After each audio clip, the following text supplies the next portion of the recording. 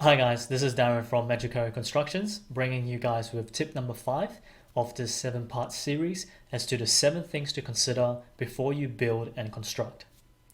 Tip number 5 is make sure you have the right amount of paperwork and documentation.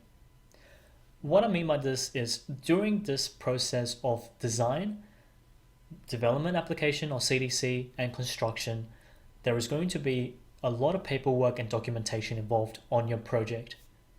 If you are someone that haven't gone through this process before, as recommended in tip number 1, we strongly encourage you to pick out a well-experienced architect to help you throughout this process, and more importantly, to keep them engaged as the project's contract admin during construction. Failure to have the right amount of documentation and paperwork in place can affect, for example, the amount of time it takes to obtain DA approval. DA, also known as development application, as mentioned in the previous video. Having the paperwork and documentation in place will ensure also that the quotes that you get from your builders during that tender stage are going to be far more accurate, rather than giving you quotes that will end up being quite well off the mark, as you will find out later during construction.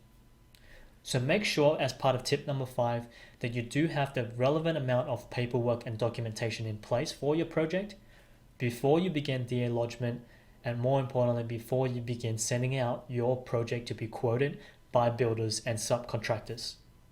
So that's tip number 5 out of the 7-part video series. I hope you guys enjoy that. Until then, I'll see you guys next time on tip number 6.